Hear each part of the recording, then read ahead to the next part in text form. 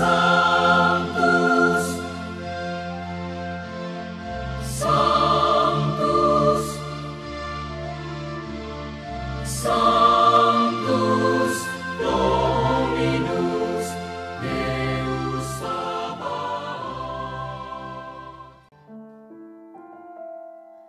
Bapak, Ibu, dan saudara-saudariku yang terkasih dalam Tuhan kita Yesus Kristus, salam sejahtera untuk kita semua.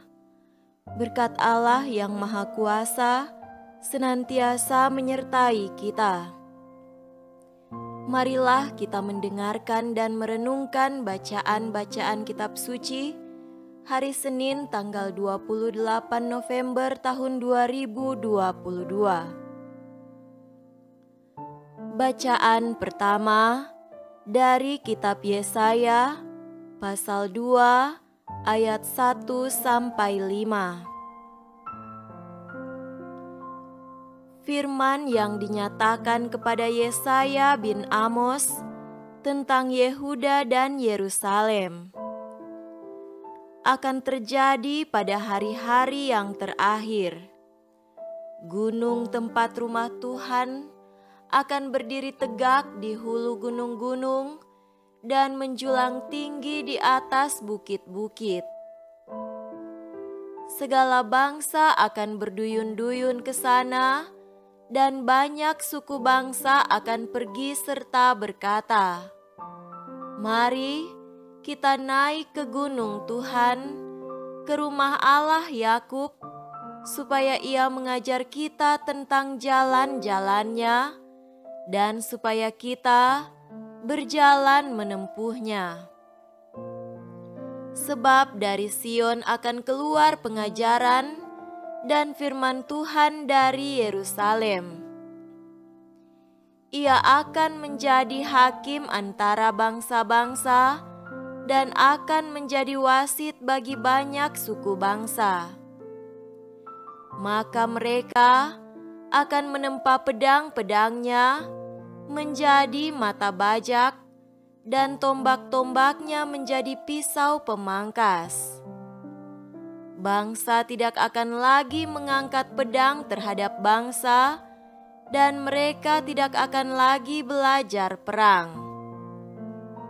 Hai kaum keturunan Yakub, mari kita berjalan di dalam terang Tuhan. Demikianlah sabda Tuhan. Syukur kepada Allah.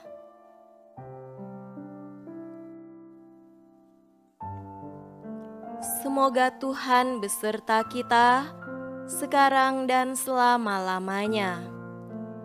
Inilah Injil suci menurut Matius.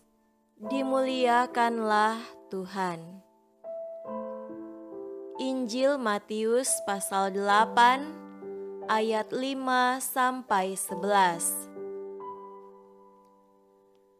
Ketika Yesus masuk ke Kapernaum, datanglah seorang perwira mendapatkan Dia dan memohon kepadanya, "Tuan, hambaku terbaring di rumah karena sakit lumpuh dan ia sangat menderita."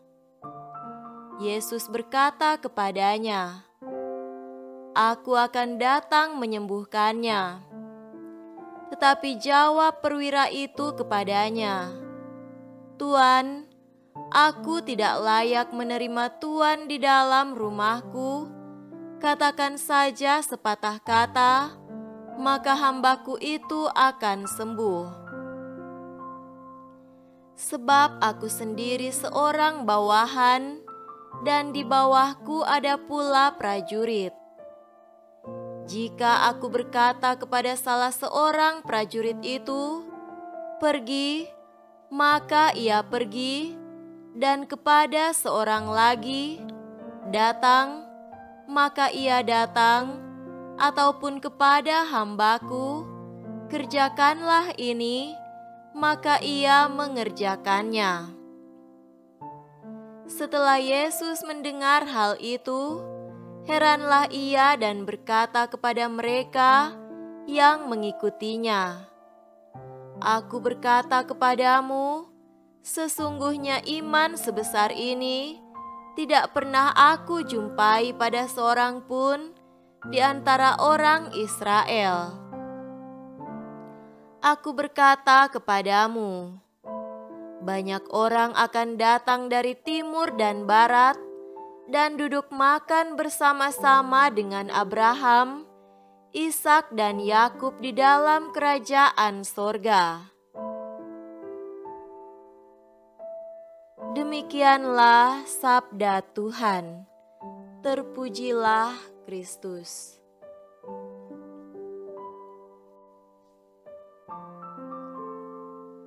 Saudara-saudariku yang terkasih dalam Tuhan kita Yesus Kristus, tema renungan kita pada hari ini adalah iman akan kuasa sabda Allah.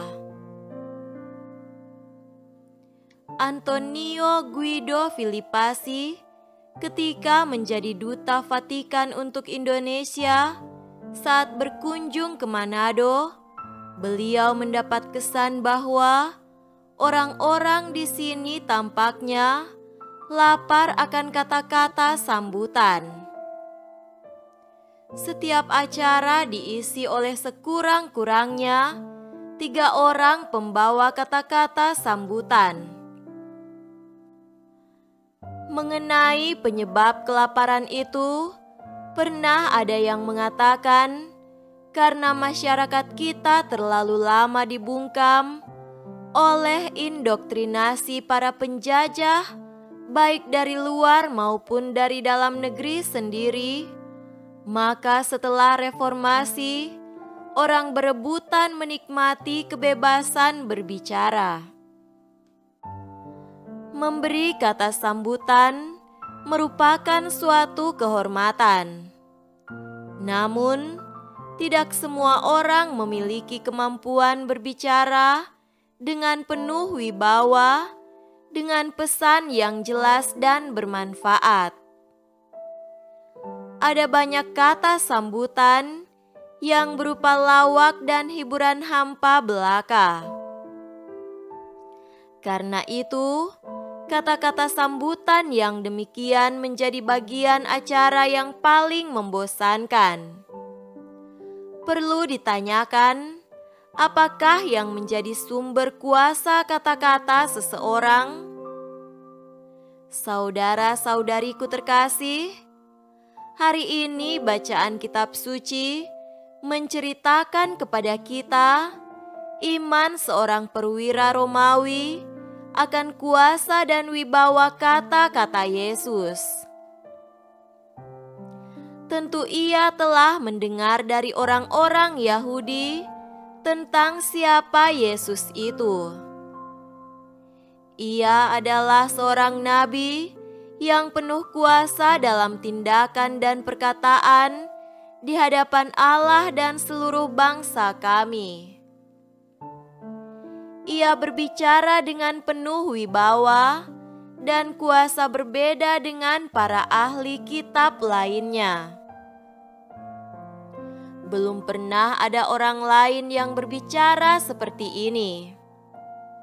Roh-roh jahat pun diperintahnya dan mereka taat kepadanya.